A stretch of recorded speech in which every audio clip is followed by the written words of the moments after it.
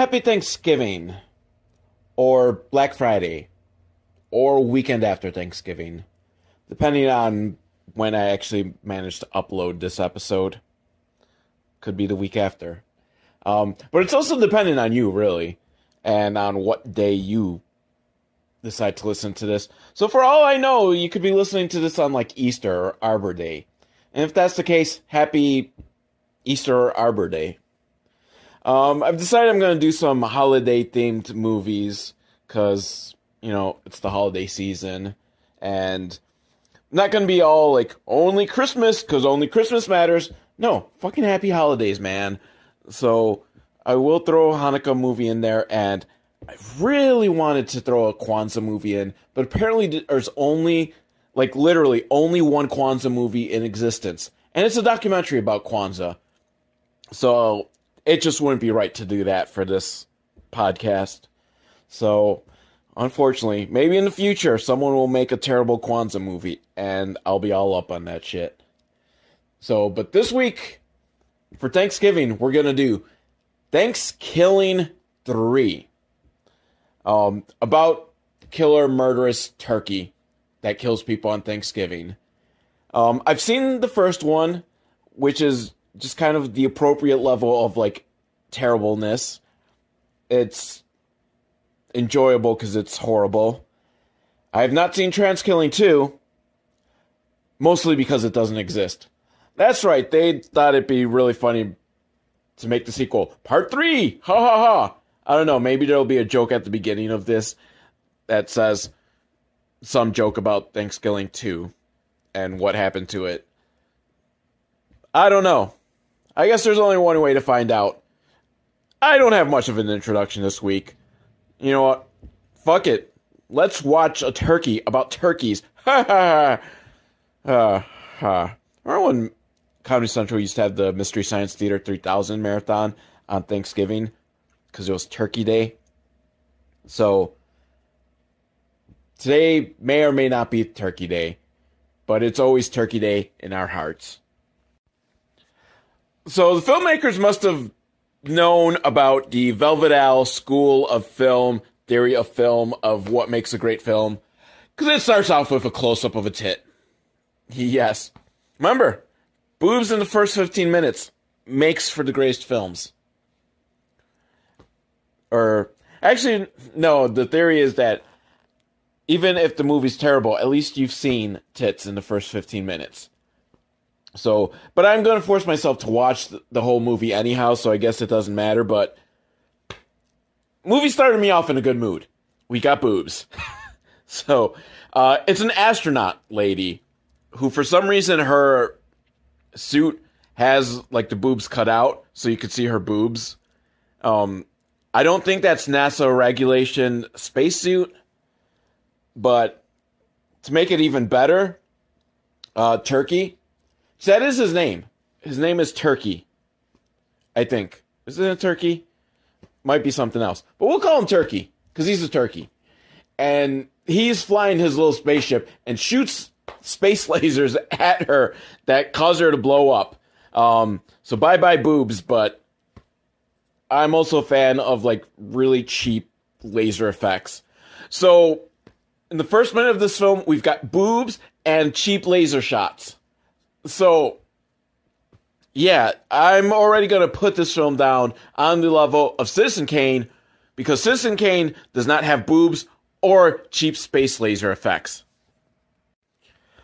And so apparently this space scene, where there's also a talking pie that has a spaceship, and they're off to, like, the pie and the turkey are off to go to their next target. This is all part of Thankskilling 2. Which apparently is the worst movie ever made. So all copies were destroyed, except for one.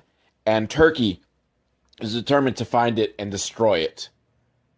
And then there's a puppet girl who the film tells us is going to be the hero. But she lost her brain. And, like, we see, like, a little brain, I guess. It doesn't even really look like a brain.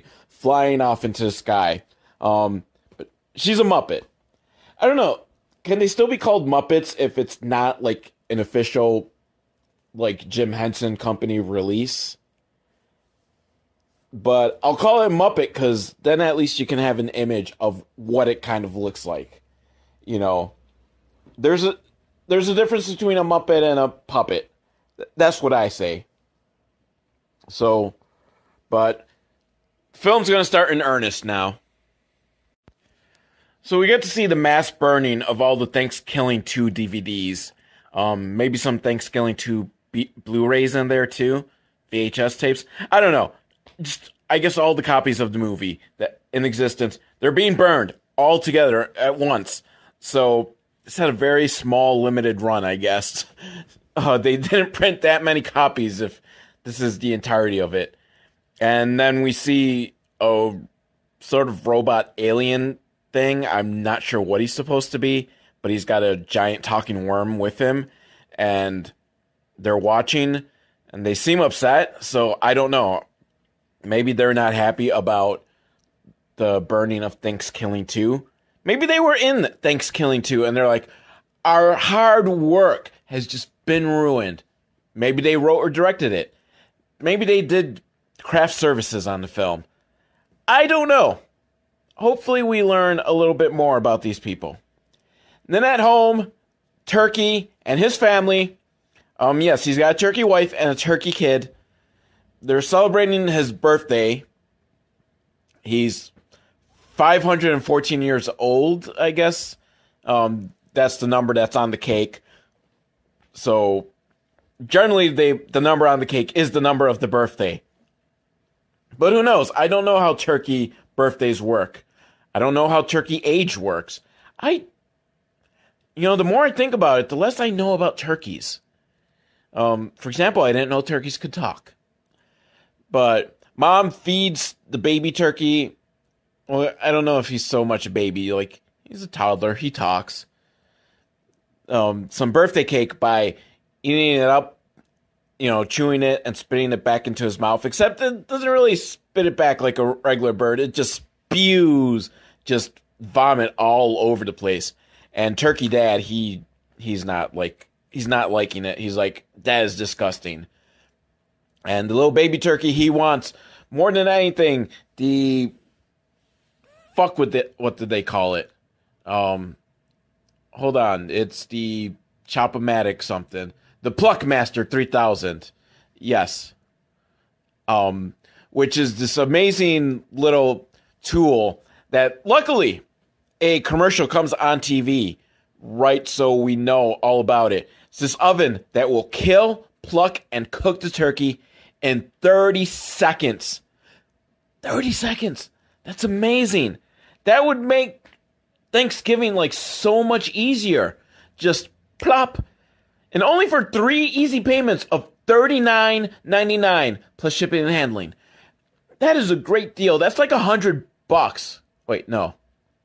It's actually more like 120. Plus tax and shipping and handling and all that. But still, probably like 150. We're looking at like 150 for something that kills, plucks, and cooks a turkey in 30 seconds. And plus, we get a free carving knife that can carve turkey and trees. I don't think it can carve big trees, but just branches. Branches of trees. That is fucking amazing. I want this now. You know what? There is a website listed in the commercial. So I'm going to check real quick to see if that's an active website.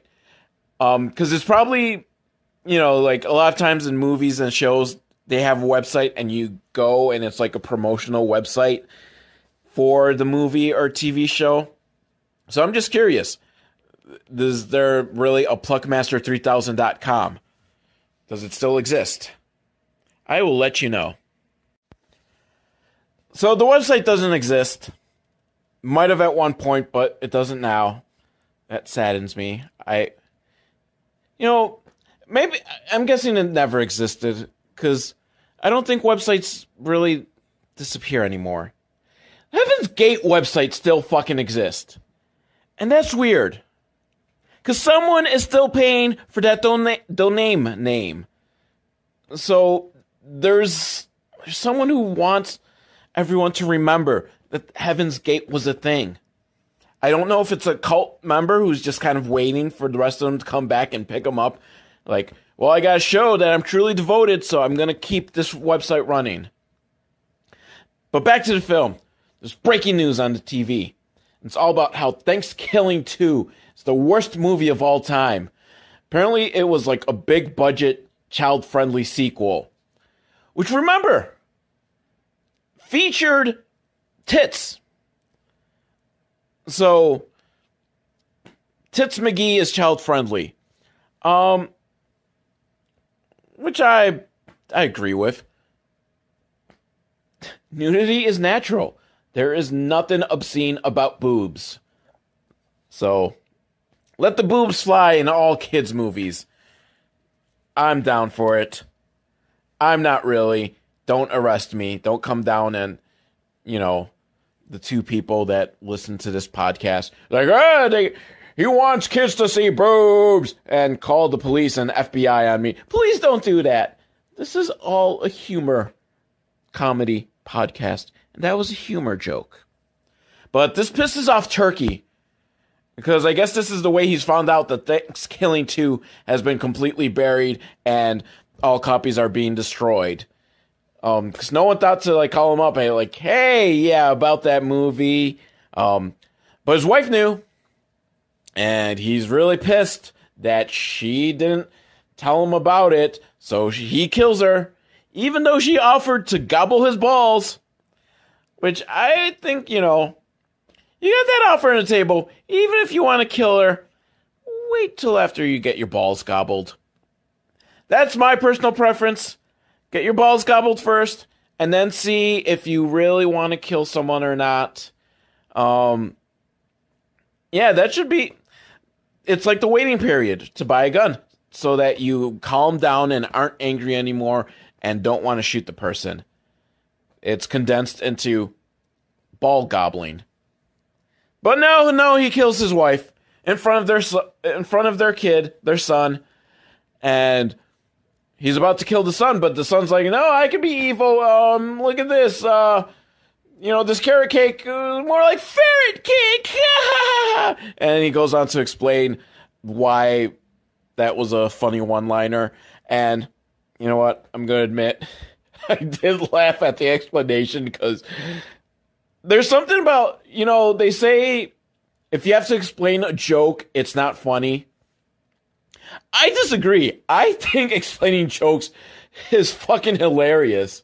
Because if you break down a joke and try to explain why it's funny, it is the most ridiculous thing ever. Jokes are fucking ridiculous. They have no logic. You cannot explain them, so the whole act of explaining it is fucking hilarious to me. But yeah, so I'm not sure if Turkey allows his son to live, but I'm not sure if he's gonna let him tag along. But Turkey's just now heading out to go kill someone, and he says he's on to get a copy of Thankskilling 2, which I'm guessing he hasn't seen himself. Really, did he not get a complimentary copy of the movie? I don't know how the film business works, but I would imagine that at the very least, if you're the star of a movie, once the movie's done, you get to see it. You get a free copy and see how terrible it is. And the Muppet Girl is naked in a dumpster because, of course she is. I don't know. She's strung out. She lost her mind. So once you lost your mind, what is there to do but sleep in dumpsters? Naked.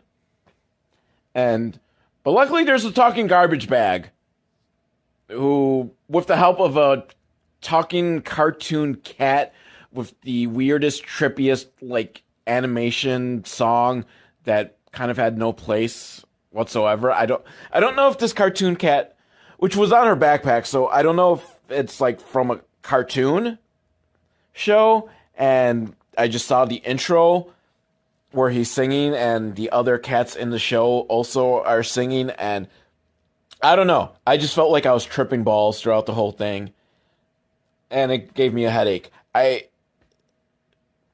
It just feels like that was like kind of a, we're going to pad out the runtime. Which I think already your runtime's too long anyhow. According to the screen, it's that this movie is like an hour and 40 minutes long. Like, no, bad movies should always be under an hour and 30 minutes. So you could have cut that song scene, and that would have helped your film.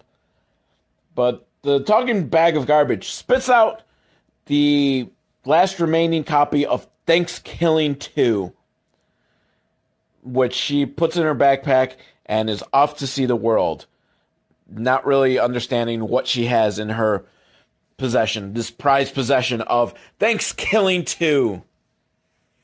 Or something. I don't know. Now, the guy from the Pluckmaster 3000 commercial just happens to be walking by, and let me just point out, he's dressed like a colonial, like, old school, like, Revolutionary War type guy. He's got the big powdered wig, but he's got a beard and sunglasses, but he's got like kind of the colonial coat. And I thought like, okay, that's just, his gimmick for the commercial, whatever, because, it's about cooking turkeys.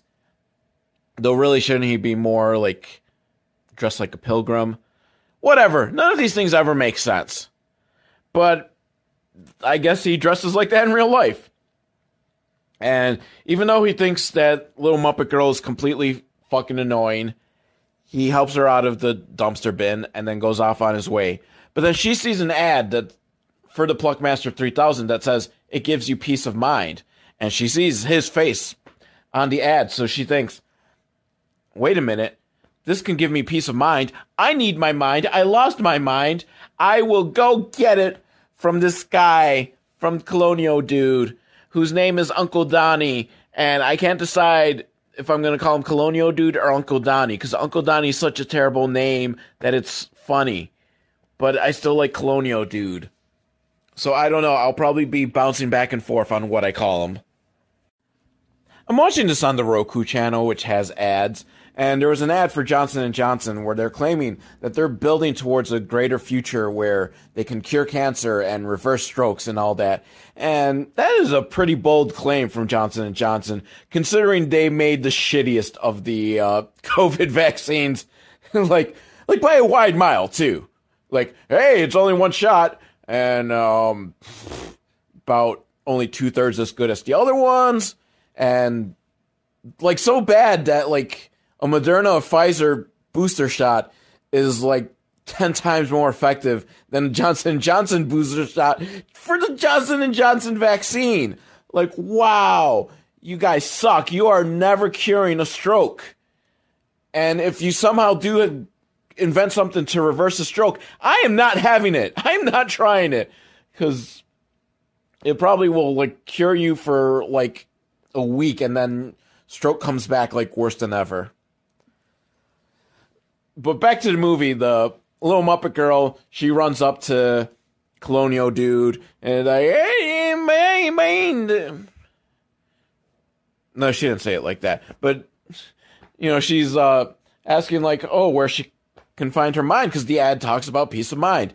And he has to explain to her how advertising works and slogans, and there's not a real mind, but he learns that she has no parents. So he's going to help her find Thanksgiving, which is nice of him. I'm glad that he's a good fella willing to help an orphan Muppet Girl. Meanwhile, Turkey and his son are flying on a seagull looking for something. I'm not sure what their plan was. They're looking for like a copy of Thankskilling 2. I don't know why flying the seagull. Like, did they have like a destination in mind? But Turkey Jr. just talks about how, oh, well, they burned all of them and the last copy was thrown into the trash. And that pisses off Turkey, so he pushes his son off the seagull and he goes splat on the ground. But before his son completely dies, Turkey sucks his soul because it's going to help him do something. I don't like Turkey. Turkey is a bad, bad person. So Colonial Dude brings the Muppet Girl home, where there's another Colonial Dude, a clean-shaven Colonial Dude, and his grandma, or actually just his mom, but she looks like a grandma, one of those grandmas in a wheelchair with like an oxygen tank because she has emphysema, but she won't stop smoking. And on top of that, she also has a boombox because apparently she's an aspiring rapper. But even more important than that, she's a fucking Muppet. Actually, not really so much a Muppet. Kind of trying to be a little more realistic puppet. But still, like, what? Could they just not find an old lady willing to embarrass herself with this fucking film? She's all talking about how she's sucking cock and all that, and, you know, kind of pretty much just being like Betty White of just an old lady talking dirty, which you couldn't find like a real person that would have probably been cheaper than making this fucking like horrific looking like puppet thing. My God, like, you're wasting your budget here. You could have saved some money and spent more on space lasers. Just, I'm horrified. I'm mortified. This thing freaks me out. But clean-shaven Colonial Dude, he's mad at Muppet Girl because he doesn't like Muppet Girl for reasons. But bearded Colonial Dude is all like, no, you're gonna treat her well because she's my guest or something. I don't think he even really wants Muppet Girl there, but he's a nice guy, despite, you know, his turkey massacre. You know, he helps perpetuate turkey genocide, but he's nice to the Muppet Girl. Then there's a talking cockroach that mumbles some sort of nonsense, or it might prove to be important later in the film. I don't know. I'll forget I'll forget that this conversation happened by the time it pays off. And the Colonial Dudes apparently are creating Thanksgiving Land, which is an amusement park just themed all around Thanksgiving. Not the worst idea I've heard. Not the best. Somewhere, I guess, slightly above halfway between good idea and bad idea. Could work. It could work. But, and somehow apparently Turkey has like some sort of weird like psychic power that he's able to see things through the Thankskilling 2 DVD.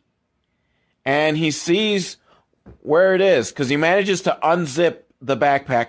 Oh yeah, did I mention, I think I forgot to mention that the Muppet Girl threw the DVD into her backpack before she went off on her adventure. But Turkey manages to move the DVD out of the backpack so that he can see where the DVD is currently hiding. So he's going to be on his way. So the bearded Colonial Dude starts giving a pitch for Thanksgiving Land, his Thanksgiving-themed amusement park. Which honestly just sounds so fucking lame. I will never go there if it ever happens. I don't think you should. I don't know who would go. Like, it just seems like a terrible theme.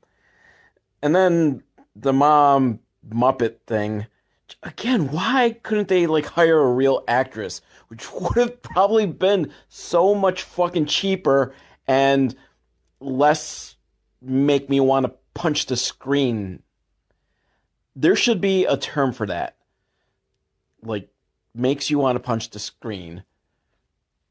Let's get on that, Webster. Merriam-Webster. Old English Dictionary. Oxford. Whoever's in charge. Come up with that word. And she tells us that, you know, she plans on when she goes to heaven, she's going to go down on God. Which, ew. Just, ew.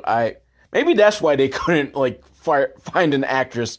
Because she just didn't want to deliver that fucking line. Just gross. Oh, but she tells us that, you know, the cable bill hadn't been paid, so cable got cut, and all she had was BET, which has made her want to become a rapper. I have a flaw. I found a flaw in that theory. BET is a cable channel. So, if your cable got cut, you know, you'd be stuck with, like, the networks, like ABC, CBS, NBC and Fox. Fox counts as a network, barely. Would you... I mean, when I used to live back in Kenmore, suburb of Buffalo, for those of you who aren't anywhere in the area, I do have some listeners from, like, Brazil and Germany. I've finally gotten, like, stats on my podcast, and that kind of, like, blows my mind. So if you're from Brazil, I love you. If you're from Germany, I love you. I think I have one from Spain. I love you. I love you all. But anyways, back when I lived there, it was a very weird thing in that if you didn't have cable and were using, like, the antenna TV, for some reason you could pick up MTV2. It was... I don't know, that was bizarre, but it was kind of cool because I didn't have cable back then, so I did discover a lot of cool bands, because back then MTV2 was like the cool alternative to real MTV, but now I think MTV2 has become like regular MTV, and MTV has become just like reality show heaven. So anyways, she decides she's going to become a rapper who's going to go down on God when she dies. And she's moving in her motorized wheelchair and accidentally knocks down the cover that was hiding the Pluckmaster 1. Which, I thought Pluckmaster 3000, they just kind of threw the 3000 as, like, just sounding cool, you know? Like, the automatic 2000 or whatever. But it's even better because it's 3000. But now I wonder, has there just been 3000, like, versions of the Pluckmaster? So I guess it must be very good if they've tried it 3,000 times. Okay, I rewatched this scene a few times and I still have no fucking idea what just kind of happened. Like, doorbell rings and the clean-shaven Colonial dude goes to answer it and he thinks it's his lawn pike or whatever. It's like a big stick with a knife at the end of it. And then suddenly he's dead and chopped up, hacked up to pieces. And it was Turkey that did it, who's now wearing a Colonial wig. But the way it plays out is just so, like, fucking bizarre that it really makes no sense what just happened. But we'll go with it, and Turkey manages to get, like, 10 puns in, which is pretty kind of impressive, actually. My two favorites, like, looks like he quit life. Cold turkey. Like, yeah. Then he takes a butter knife and spreads some of the guy's blood and guts on a piece of toast. And he's like, he's toast. Like, they're just fantastically bad puns. Because the best puns are just completely horrible and make you want to groan and punch the screen. But, yeah, so Turkey, he's mad because he wants his movie. And he's going to kill anyone he has to kill to get it. Turkey does find a movie, which comes to life with the soul of his son. Yeah, the DVD, like the box art, his head pops up, and it's his son speaking, and then it gets sucked into another room that is a portal to somewhere else, and the bearded Colonial dude and his mom and the little Muppet girl run into the room, and I have no fucking clue what's going on. I'm giving up on this movie. I mean, I'm going to finish watching it, but I think I'm going to give up trying to make any sort of sense of what's going on, because I have no fucking clue.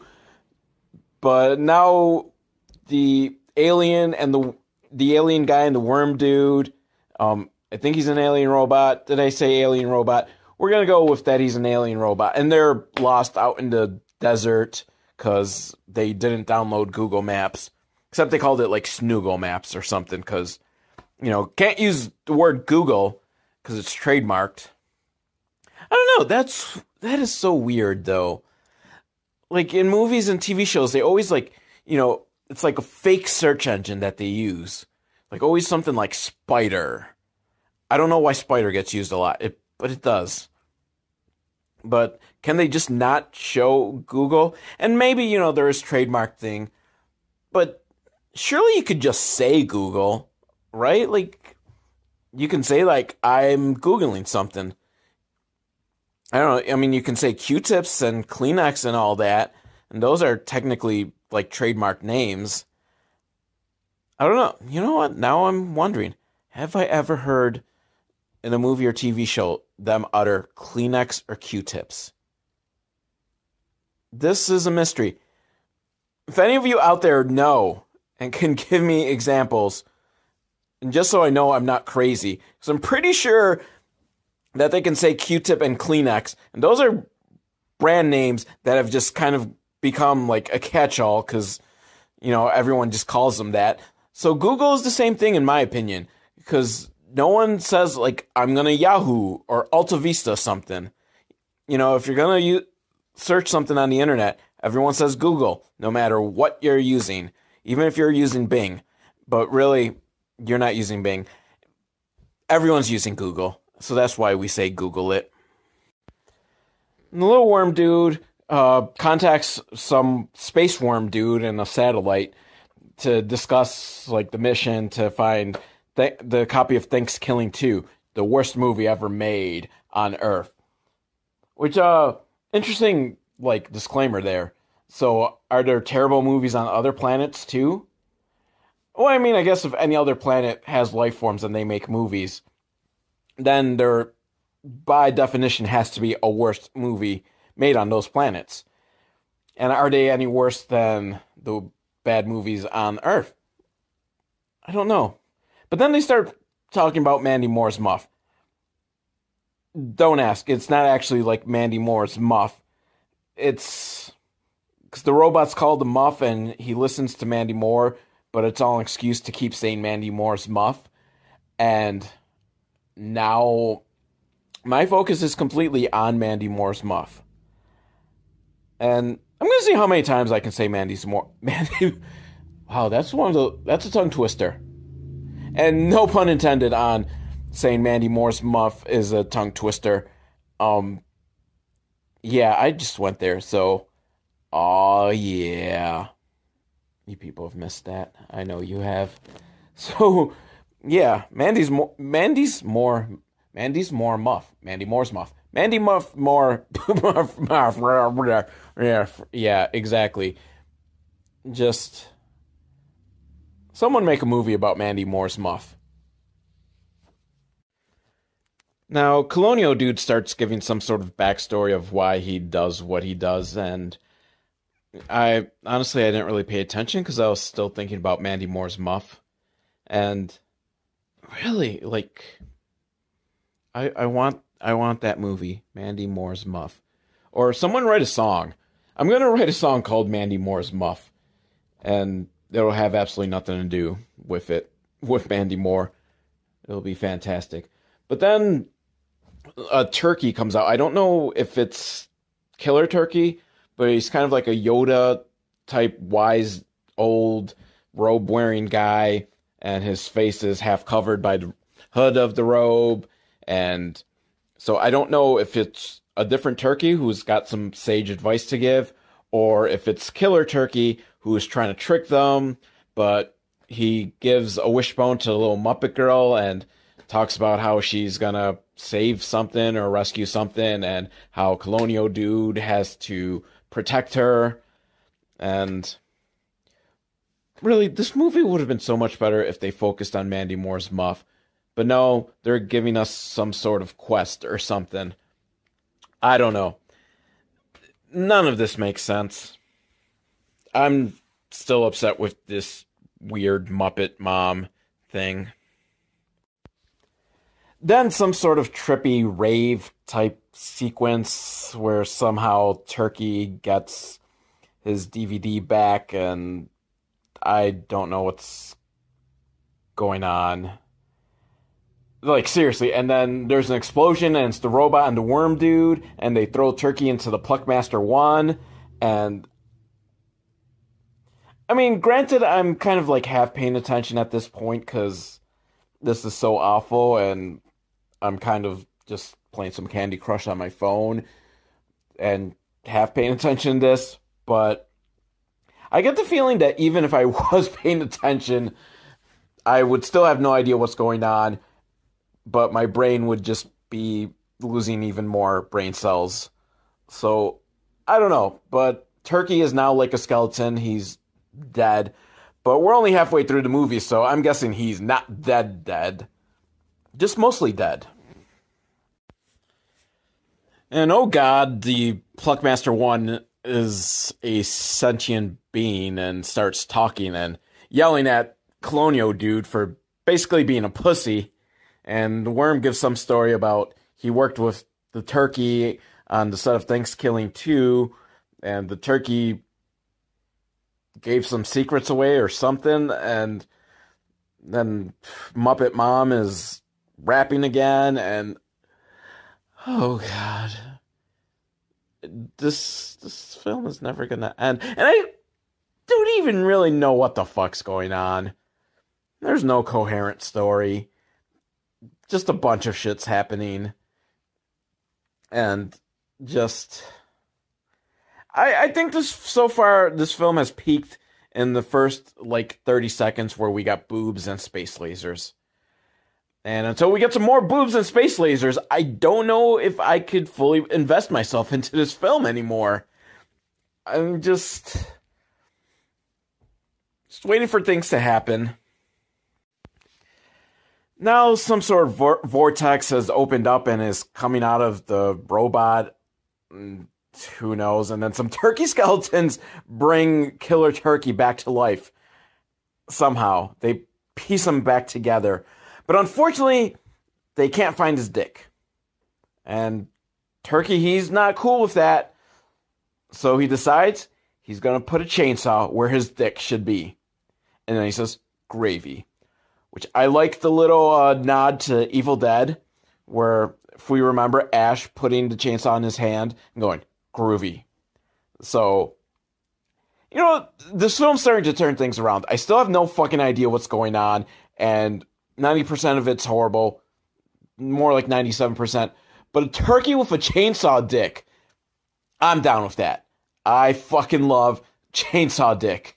That is fucking phenomenal. Turkey with a chainsaw dick. So the rest of this film is probably going to be awesome as long as we get a lot of killings by chainsaw dick. Just a turkey chainsaw dick killing people. This is fantastic. Or will be fantastic once it starts happening. Then there's a fake ad for string cheese, which, okay, whatever. I'm sure it seemed funny at the script writing scene, but... Anyways, then we get to the awesomeness, which is Turkey bursts into the room and shoves his chainsaw dick into the mouth of that weird Muppet Mom. Fuck yeah. Because I love it in horror movies when characters I absolutely hate get killed. I think that's the whole point of horror movies, is to watch people you hate get killed. And fuck yeah, we got death by turkey chainsaw dick. That was not on my bingo scorecard. But fuck yeah, I'm here for it. And she goes up to heaven, where she sees the clean-shaven colonial dude who's dead and was her son. And he tells her that God is ready for that blowjob. Fantastic. Turkey chainsaw dick. Come on, that was fucking awesome. Oh, I so hope more people die by turkey chainsaw dick in this. And then things become just like a big rave scene with, smoke and weird lights and bad EDM music. Is that redundant? Because all EDM music is bad. And plus throwing music, because the M in EDM stands for music. So it's like ATM machine. It's kind of just... It's super redundant to say bad EDM music. But it's what happens, and this film likes to just put these scenes together where nothing really makes sense and I have no fucking clue what's going on. Colonial dude is fighting some of the skeleton chickens and kills them, I think. The skeleton turkeys, I mean. And then our main turkey uses his fucking chainsaw dick again and rips the little Muppet girl to shreds. All right. So we've got 2 deaths by Turkey Chainsaw Dick. So Turkey escapes with the DVD by jumping into the stove oven, which apparently has like a portal or something, a hole to some other world or something. Who knows? But Colonial Dude and the worm and the robot managed to bring the Muppet Girl back to life by putting her stuffing back in, because she's a Muppet. I guess it makes sense. You know, you can't kill a Muppet, you can only unstuff it, or something. I don't know. I don't know what rules this film plays by anymore. But, so the Muppet Girl's gonna go after him, along with the worm, who for one brief second scene, for 30 seconds, he's a hot dog. So I don't know if they had to reshoot that scene and they had lost the worm costume, the worm thing by that point. So they just figured, we'll just put some googly eyes on a hot dog and we'll just pretend it's part of the joke. So I don't know. I hope it is that. I hope it wasn't like that they intentionally just randomly turned him into a hot dog for 30 seconds. I'd like to think that they legitimately thought, well, we'll just do it for 30 seconds. No one will notice we don't have the worm anymore. Muppet Girl and the worm climb into the oven, which I guess it's up to them too, because they're the smallest ones and probably the only ones that can fit into the oven. And they're wearing fake turkey beaks. I don't know if this is supposed to be like a disguise. Oh, they won't know it's us. They'll just think we're other turkeys. And it's kind of like a hellish landscape because, I don't know, I think it's turkey hell that they're in. And they meet some rats that tell them that if they find the DVD, Muppet Girl will find her mind. And then they're sniffing each other's butts. I'm not making this up. This is what the movie's doing. And I wish it wasn't. I just feel like my brain cells are just dying and dying every week with these movies. But, by the time this podcast is completely wrapped up, I'm just going to be mush. It'll be amazing if I can even get any words out. Movie sucks. Yeah, and Colonial Dude and the Pluckmaster 1 seem to be having a moment or something, and they love each other again. I don't know. I don't care. Can fucking Chainsaw Dick come back and just chainsaw everyone to death? Which, since the Muppet Girl is alive again, does that mean we're now down to only one death by Turkey Chainsaw Dick? I guess it's still, even at one, it's still the record for most deaths by Turkey Chainsaw Dick in a movie. But come on, you can do better, Thankskilling, yeah. Thankskilling 3. So yeah, see what I mean about my mind just being mush? And those fucking fake turkey beak disguises work. 'Cause turkeys are stupid, and turkey skeletons are even stupider. But they managed to just sneak by. Now, Turkey, which actually, that's his name, is actually Turkey. I wish he had some sort of other name that I could just go by, because there's other turkeys. And so I say Turkey, and you're going to get confused. But in reality, even if he had a different name, I probably would still call him Turkey. Because my mind just doesn't want to equip to the point of knowing a turkey's name for this film. I want to cry. But Turkey, he's got his DVD of Thankskilling 2, which, remember, is infused with the soul of his son.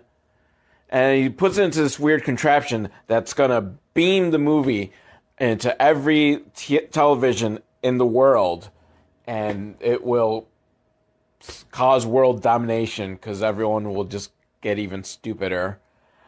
If that doesn't work, they can play Thankskilling 3. So it's already making me stupid. But Muppet Girl and the Worm show up, And it turns out that the worm had sex with Turkey back when they were both in outer space, because Turkey thought that the worm was a girl. Oh no, wah wah. And Muppet Girl manages to get the DVD out of the contraption, and now they're running for their lives. And dear Lord, there's still like 20 minutes left in this. Please let that be like 18 minutes of credits. Please, please. And a giant monster turkey gets unleashed and is chasing after them, but they manage to get back through the stove and back into the colonial dude's house. And the monster turkey's trying to come after them, but the robot alien blasts them with his blaster and just blasts them to smithereens. And everything's good except the worm at some point got chopped in half and he dies. He sacrificed himself to save the world. And the robot alien dude just can't handle it. And so he points the blaster at his head and blows his brains out. So maybe he's not so much a robot, he's just an alien. But every time he moves, he had the robot sounds. So he's a robot alien. And I guess robot aliens, maybe more alien android. Because isn't an android part human? Except he'd be part alien because he's not a human.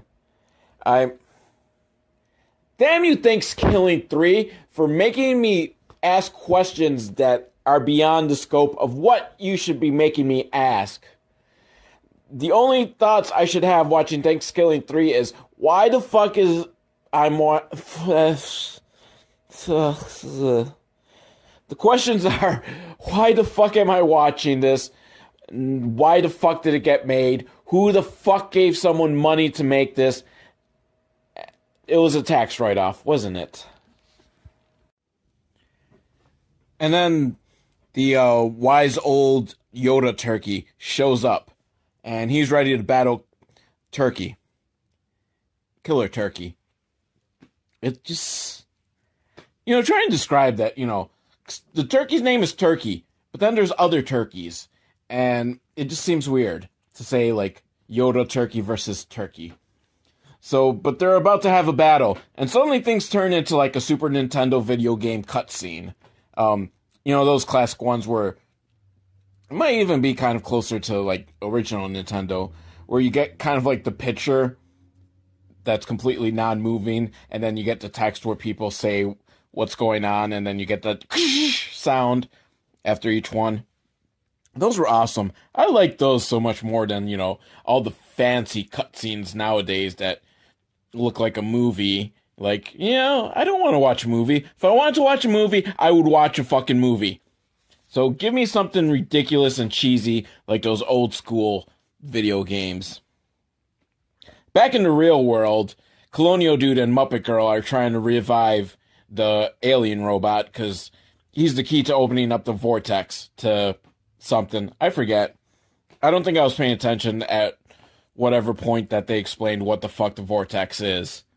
But they can't figure it out. But luckily, Worm has come back to life. And apparently this is something he does. If he gets chopped in half, it looks like he's dead, but he grows the other half back again. And that's something worms do in real life, isn't it? Like, if you chop them... like, they just kind of grow back their tail or whatever, depending on how much of them you chop off. I think some worms do that. And apparently, this worm is one of those worms. Could have probably told that before to the alien robot so that the alien robot wouldn't then blow his brains out, thinking that his friend was dead. Could have just been on there a lot sooner, but Worm apparently knows how to open up the vortex, and... open up the vortex, he does. The video game fight scene lasts like 5 seconds, and the killer turkey kills Yoda turkey. And I'm recording this, and right now my cats are like just completely obsessed with a paper bag.